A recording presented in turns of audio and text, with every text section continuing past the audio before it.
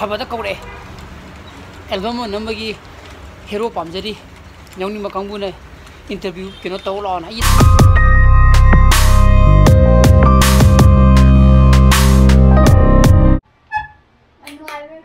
Good morning guys, welcome back to my channel. मैं नुंगाई भी न खली इंतु टेबल से फजबरे मैं सन ऊपर खर्च चाय नहीं जो खर्च चाय और अब सिम तो लोशन की के अंतर दे हाइडी कोक्संग हुआ तेरे बस टेबल मांग फम पकान दा को हाइडी मीट ना लुंग तो इधर ना डिस्ट्रैक्ट तो इधर ना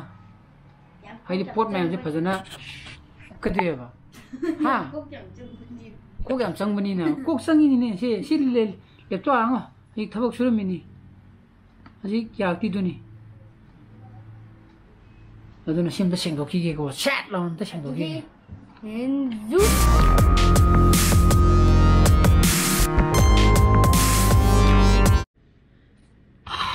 आइस तुरे छेजी परमने लई खगा फसना पिरो हाबतो आइकु कुलकेबा सिना कोई मांगोंदा बरंदादा थंबल लईगैदो कुलकेबा ngaraंग दुना यु मथता लईबा लईनिना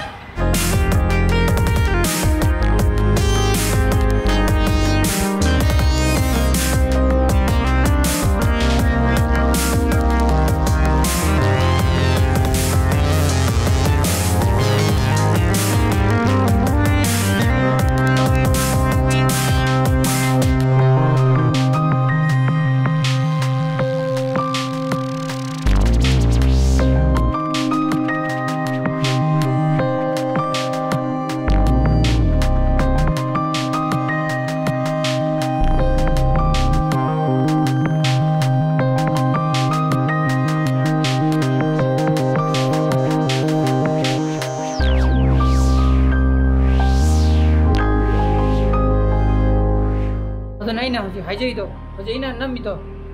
नुआगद्रदि खंद्रेबको येंबदा सिना एगे सिजिदि एंथेरियम दो मान प्लास्टिक मान मनि ओइ मयाम हंगुदो सिनपि मसाजे कनानो दो कुचेगी मसानिदा करिनो ममा लानी कोई से ऐसे कोई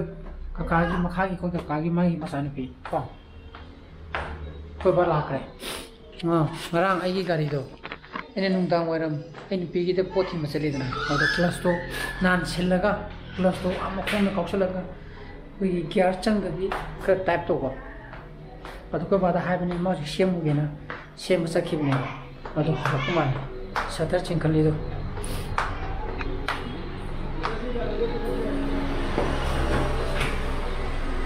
यारबा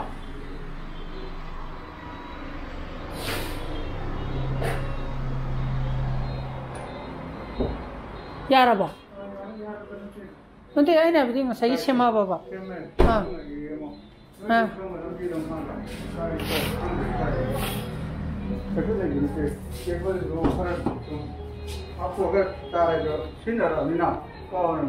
oh yam thuna marin du laidena नंदी वाइपर हाइरोबा नंदी वाइपर हाइरोरेना कॉलम मदी मा टेस्ट तोनेबा पैसुला सांग चलगा लेबे सांग आइना बदी नान द सिंगिदंगारी निमिनि फादेदना थुना एडजस्टमेंट खिदं केनोदा फोन मलापा जुम अदुदि मरिला मै लुंग थाले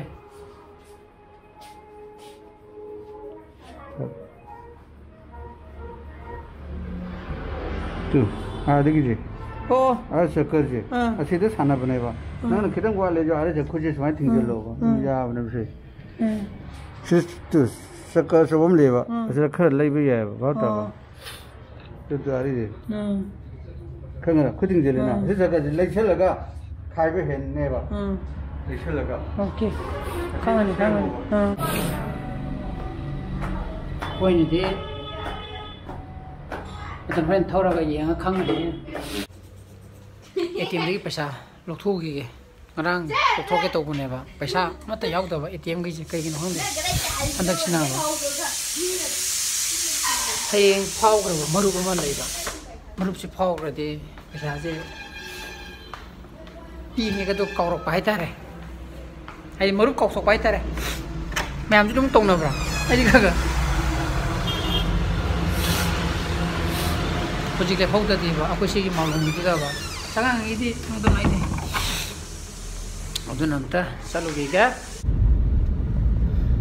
class sekra no mare shema mi na ba ada mathang de ai ne jo haira ne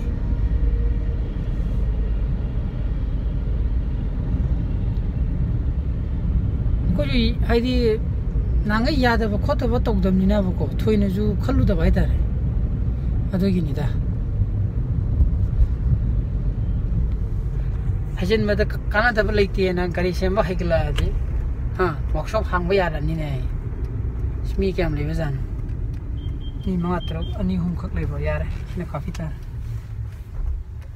kada wa je kham ju je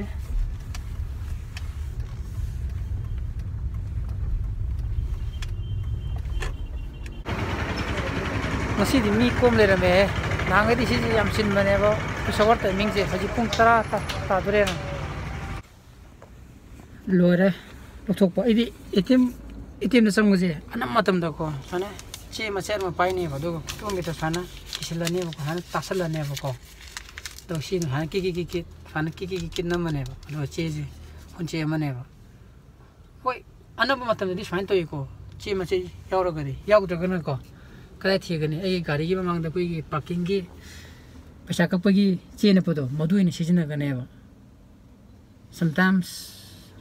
Humang topo mina kan naman bo ito ko humang skola leram mo juya oy pin da asing mudi mo han stick mo thokta koi karan turan to bok kino koi plastic ki mate ram thokta mo duin season na buna di phawa du ju ko ta thoina lei bidi ngam de na haidi kau thoi de na ko odan tawe odo halaga paisa num je odo leram mo sine test to ne me ju mo toro mo ni da odo budi hana chit ko Sila ije, ini pinu pa pigi marks to, ana pelak kumma ma koi puran macam pigi marks sama lagi deh mage, madu tu ne piece manga rakin khang di, 5 piece lah khang di, oh 5 piece lah malah.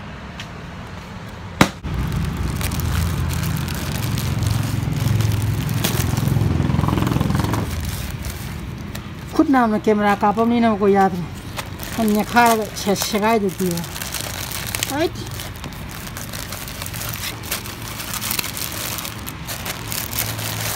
Split. 1, 2, 3, 4, 5.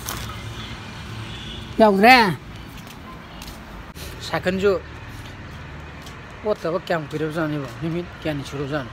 Kau kau to kare da. Hum to or kena ka khali. User hum ta jita ba.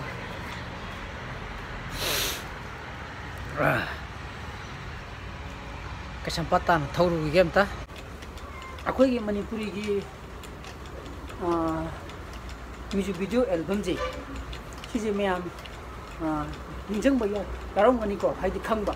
means karom kan de phajana haidi video kap ding direction copy lapi meam khaidi leramba tien de gi khangchao chokhol ki bai tare ko sije ina ningjang ba 2001 gi October November side da oiram ngane ba sije da kamai to ke da shung kan ne ko gi kai ku gi rambi thongna gi nangi thamoi kanmali nangi thamoi kanmali ga haiba helon thoki bu do mudu podum kan ne ko gi kai ku nu ga tholaki ba ko adegi sum torkidan hoje Manipur film industry de ju yamna achoba changes sama la da na awdai na haini ngi di madum kang ge thokpu da ji jum du leite ba pan de le ba ko haida outside Manipur da awdai ji vacation to le December sida December thor kan madu to le me ne ko gi nang gi thamoi ge je am thina fau da na adegi cinematography adegi nammi ba khunum chanam direction adegi music ki isegi bo ro quality jam tina फजल लेरमेने को अदगी जो थाइना कुनिंग गिबो कोबनिना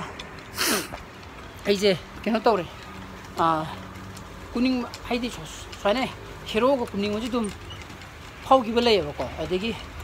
Madain तौरि कानदा एने युमदे लई कानजिदा खबदा कौरे album नंबगी हेरो पामजरी यौनिंग मकांगबुने interview केनो तौलाना ये चले पूरी पोकता आई खांगे पा कोई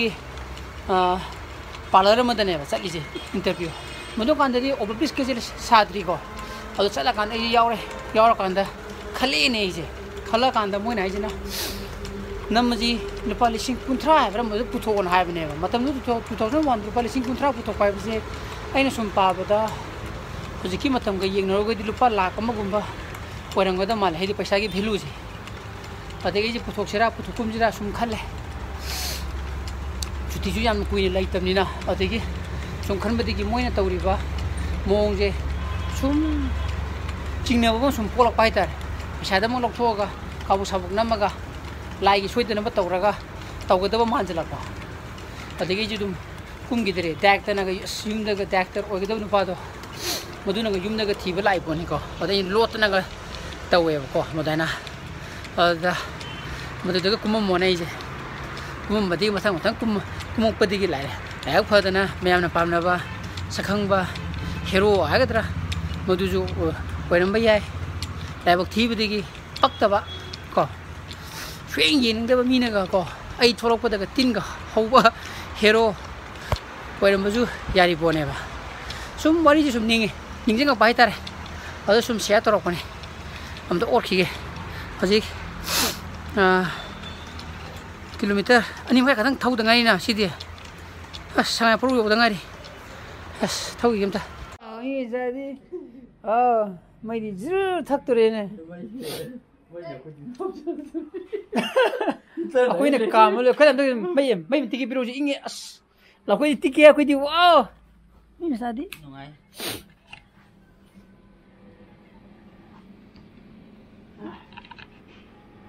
तकैदी जे कैदी अस कैदी इंगी है वाह नंगाइरे कैदी नोदा फंगजु फंगदना सिलाओ तमो मनाते फमो यायो नकतो यायो जाता वय मैती निगा तमना सागला आई कन हातम मै नुंगाइफ्राने थिबे इंगे तो चिमान हान ग्लास तो गुदे आइगोंद उलिबो याम फजिनि जिदे तुरबा हाई फाइव मदुबो यारिबो अको बानामा पुला हाना अदो सी मेन पोइनिना संगे नो सादो दे मै सादो फंगदेना सादो रक्तन अदो एक्सटेंशन कोड अंगांबा अचौबा अम लेबिनेबा हजि बो यारबमते ट्राई तौजिनि येंगदमिने जि अदि येंगदमिने के मै नेंदगे खो अबोन खोमजा तोंद्राबोना तोंजुनु त नाउजो ना हाय एने सौरा देबा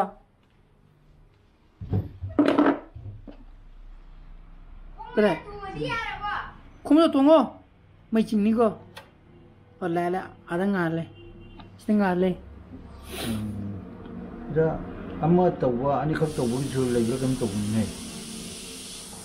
मै थोले सागले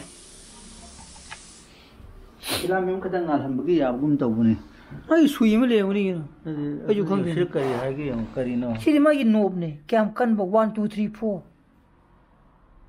सिदा 1 2 3 जे तोंगाना म केनो म थाइदा सोमदजु 1 2 म थारे सोमदजु 1 2 न थाइ पंगले लेबा याबा जाला 1 थारो मूर्खरे ओजु 0 दे लेरे अमा खता ओके 1 2 जिना निगी पंगले लेबा याबा हाइदि सिजे एनी लेनिमा डायरेक्शन दे लेबा याबा फिल्म में मखदवर मै याम चादबा अनि